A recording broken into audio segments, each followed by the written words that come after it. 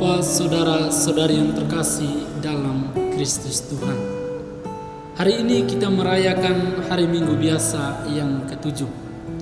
Melalui permenungan kisah Injil hari ini, kita diajak untuk melakukan perbuatan kasih.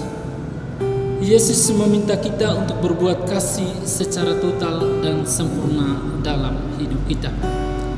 Hal itu terlihat jelas dalam perintah Injil, bahwa kita harus mampu mengasihi dan mengasihi musuh kita. Dalam kehidupan kita pasti memiliki orang-orang yang kita kasih atau yang belum, bahkan sangat sulit kita kasihi.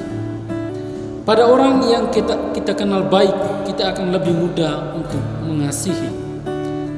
Tetapi bagi orang yang kita kurang, terlebih yang kita benci atau yang memusuhi kita akan mengalami kesulitan untuk mengasihi mereka. Pertengkaran, peristiwa traumatis yang melukai hati kita dan merugikan membuat kita terpisah satu sama lain. Secara alamiah, kita akan acuh bahkan geram terhadap mereka. Yesus menegaskan bahwa dengan mengasihi musuh, bahkan memberkati dan mendoakan orang yang mengutuk ataupun yang membenci kita menegaskan identitas kita sebagai anak-anak Allah. Itulah yang membedakan diri kita dengan orang-orang yang belum mengenal Allah. Ibu bapa, saudara dan saudari yang terkasih dalam Kristus Tuhan. Dalam bacaan Injil hari ini, Yesus menyampaikan panggilan radikal untuk mengasihi, berbelas kasih, dan mengampuni yang sangat berlawanan dengan kecenderungan manusia pada umumnya. Tindakan yang menuntut kita untuk melakukan belas kasih dan pengampunan yang total. Yesus mengundang para pengikutnya untuk mewujudkan kasih ilahi dengan mengasihi bukan hanya mereka yang mudah dikasihi, tetapi mereka yang menentang, menganiaya atau bahkan membenci kita. Yesus mulai dengan memerintahkan para pengikutnya untuk mengasihi musuh-musuh mereka, sebuah arahan yang menentang sifat manusia maupun konvensi sosial. Tindakan mengasihi musuh mencerminkan kasih ilahi Allah yang ditunjukkan kepada manusia, khususnya melalui tindakan penebusan dosa. Dalam hal ini, Santo Agustinus menuliskan kepada semua orang bahwa mengasihi musuh adalah tiruan langsung dari kasih Allah yang diperluaskan kepada semua orang terlepas dari kelayakan mereka. Kasih yang dibicarakan Yesus bukan hanya sekedar sentimen emosional, tetapi komitmen moral untuk menginginkan kebaikan orang lain, bahkan ketika mereka menyakiti kita. Dengan mengasihi musuh, kita ikut ambil bagian dalam kasih Tuhan yang bersifat universal dan tanpa syarat. Ibu bapa, saudara dan saudari yang terkasih dalam Kristus Tuhan.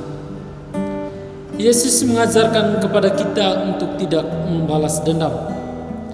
Yesus memberitahukan para pengikutnya untuk memberikan pipi yang lain kepada orang yang menampar mereka.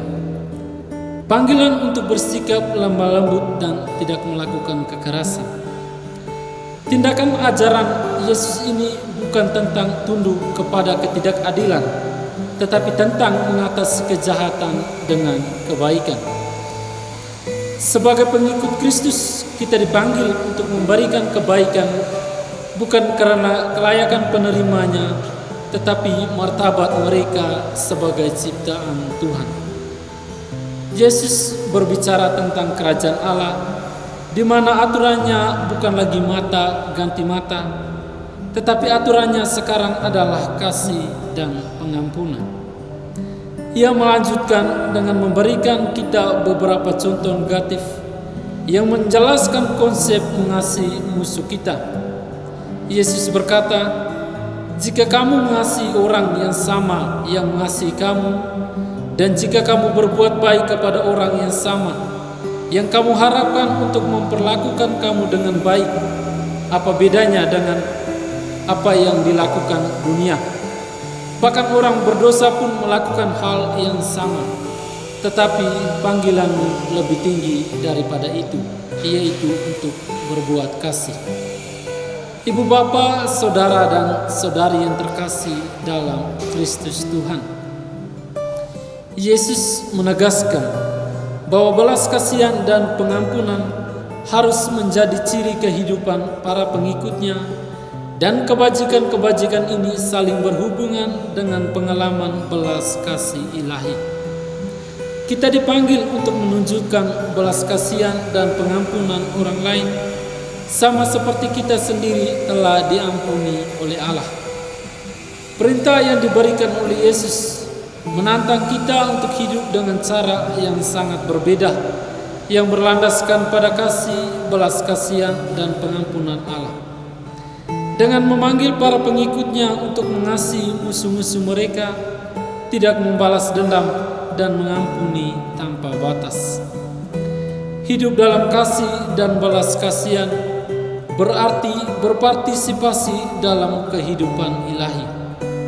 Hal tersebut mengingatkan kita bahwa perintah-perintah ini bukanlah beban, tetapi jalan menuju pertumbuhan rohani dan persekutuan yang lebih tinggi dengan Allah. Semoga